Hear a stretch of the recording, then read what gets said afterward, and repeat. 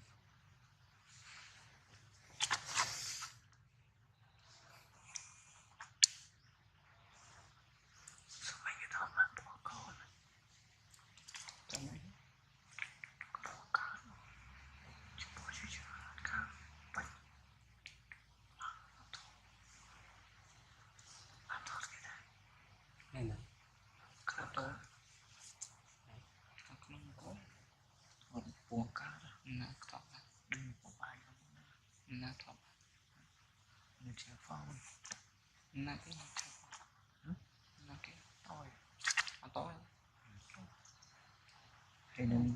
là chịu xây lo rồi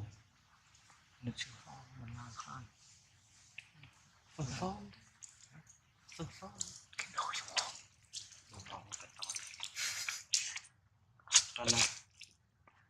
việc mà giúp cho ta được cái sai số mũi khé chứ mà giúp sai số mũi khé chứ mà lúc lon phải giúp đồ mũi nó đang trên kia bây giờผมăn đi lon nó cái coi cầm cái hồ hàng của bao nhiêu bây giờ khủng nó ngon lắm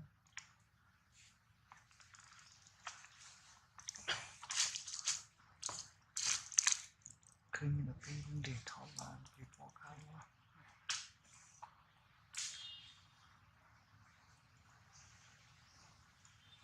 điện thoại họ chỉ là người bạn thọ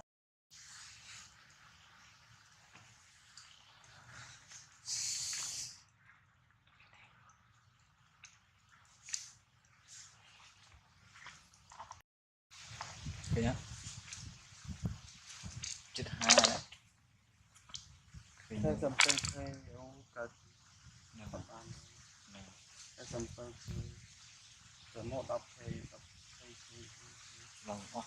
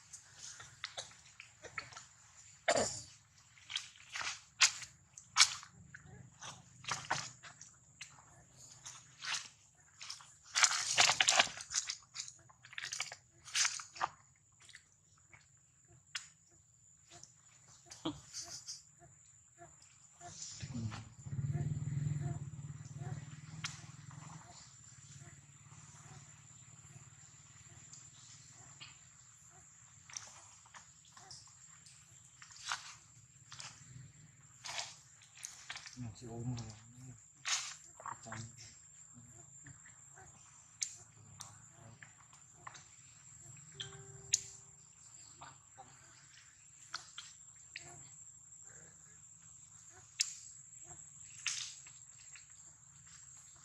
xong tình đi kìa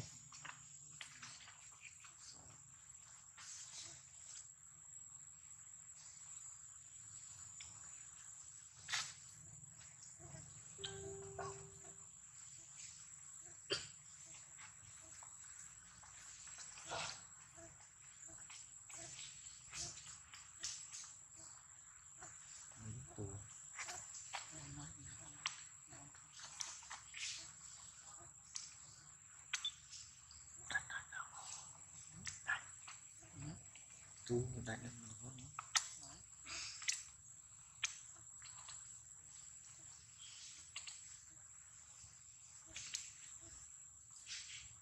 bọc gì nào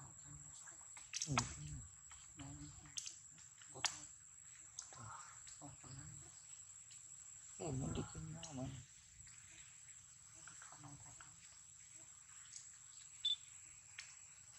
nghe cũng thấy ngon trong đó thương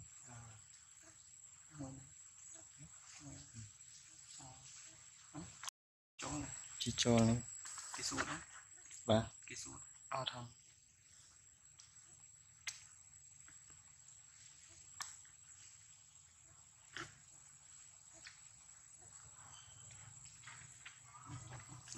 mình được cái gì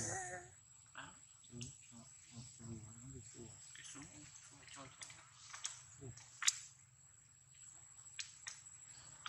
anh đi xuống cái sụt càng cả ta mới chẳng thoát tôi những sụt thế nào